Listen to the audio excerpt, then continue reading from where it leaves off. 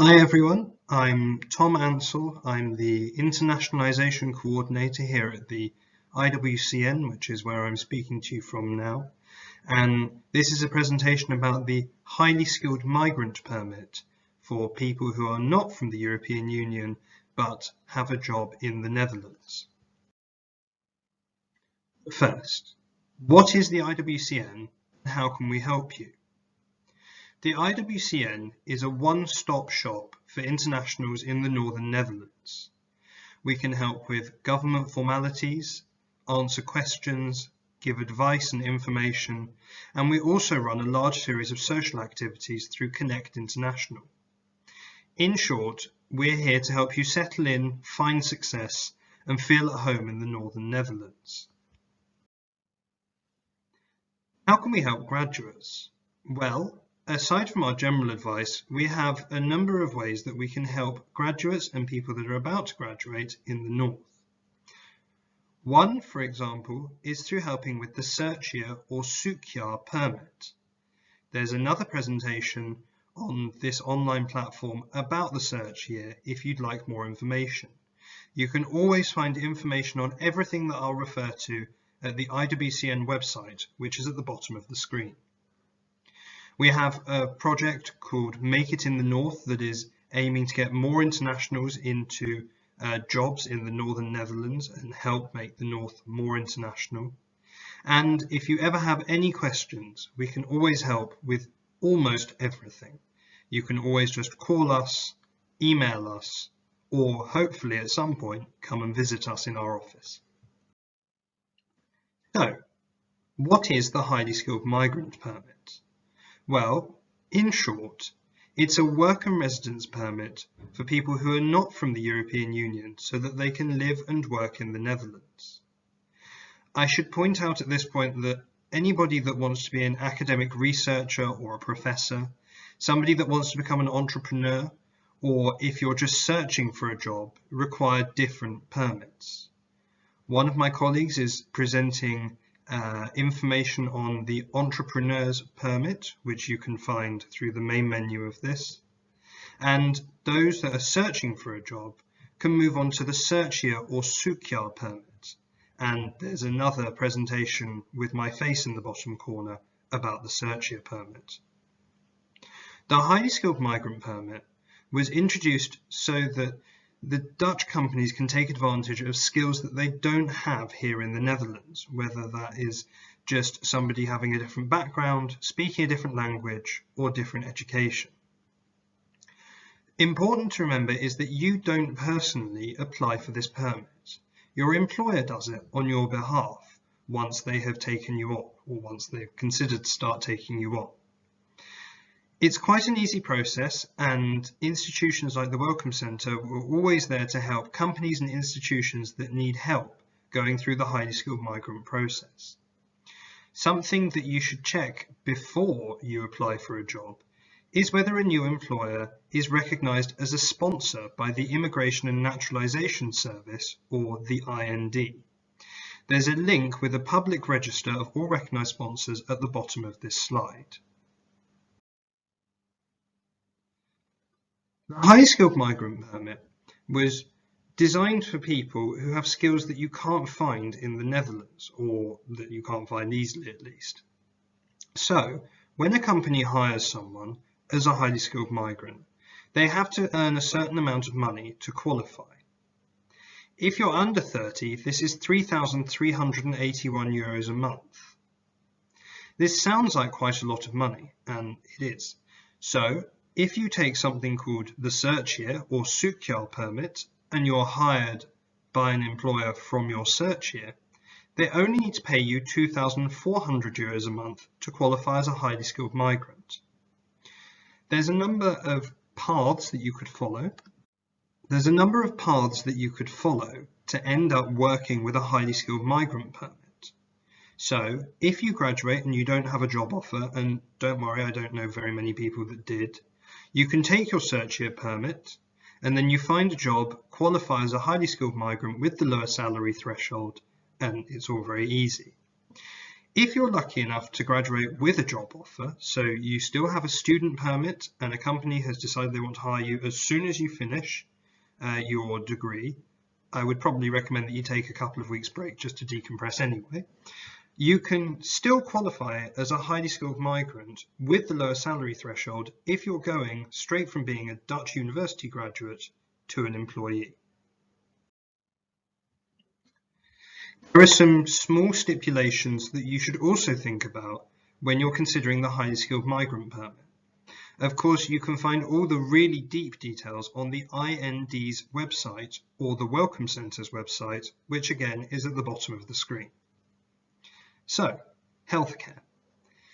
Up until you find a job, you can keep your student healthcare, which, trust me, is a lot cheaper than salaried workers' healthcare.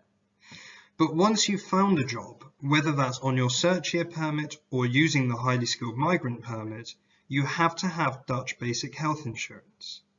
If you'd like any help finding health insurance or have questions, you can always just contact the IWCN through telephone, email, the live chat function on our website, or hopefully in the future by coming to visit us.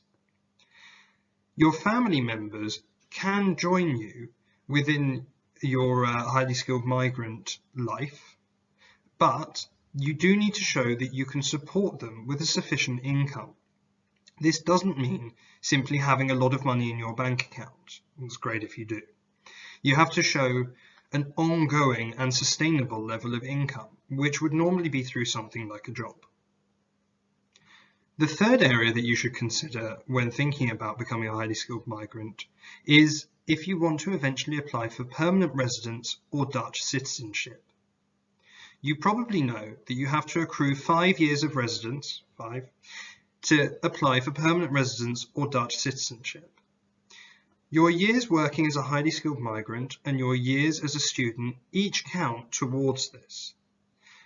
If you have a highly skilled migrant permit and you would like to apply to become a Dutch citizen or have permanent residence, and you've accrued the 5 years and passed the various tests, language and culture that you need to do, you can find more information about that on the IWCN's website, you can apply straight away. All of it counts towards your 5-year total, and whilst you may read in some sources that certain years only count as half, in the Netherlands every year counts as a full year. So, how long do you have to look for a job? Because I appreciate, and this was the same for me when I graduated, not that many people walk straight out of their degree with a job offer that they really want to do and will start 2 weeks after they graduate. This is where the search year permit comes in, and there is a longer presentation on it elsewhere on this online career platform. The search year permit is something that everyone who has completed a degree at a Dutch university or World Top 100 university is eligible for. There's no minimum income. You can do internships, or you could do a course, or you could work in various smaller jobs so that you can find out what you eventually want to do. The year is entirely up to you what you want to do with it. And, as I think I mentioned earlier, a potential employer can always hire you at the lower salary level from your search year. This is really important for a couple of reasons, but the main one is that it means that you are as competitive as any European Union or Dutch graduate. Of course, finding a job is something that's easier said than done. Luckily, the IWCN, we have been working with a number of partners on a series of projects, the most or biggest of which is called Make It in the North. You can check it out at www.makeitinthenorth.nl. Make It in the North is a series of tools to help you find a job in the Northern Netherlands, and to link companies together and to show how much more international we are becoming every day. So, one of the major things that you can find on makeitinthenorth.nl is a job portal for people for whom Dutch isn't their first language. You'd be quite surprised at the range of jobs that are available on there.